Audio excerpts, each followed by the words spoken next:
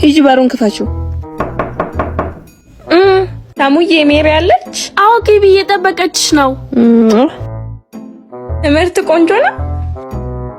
ግቢ ነይን ድረስ ካድማስ ወዲያ ቁጭ በይ። እሺ።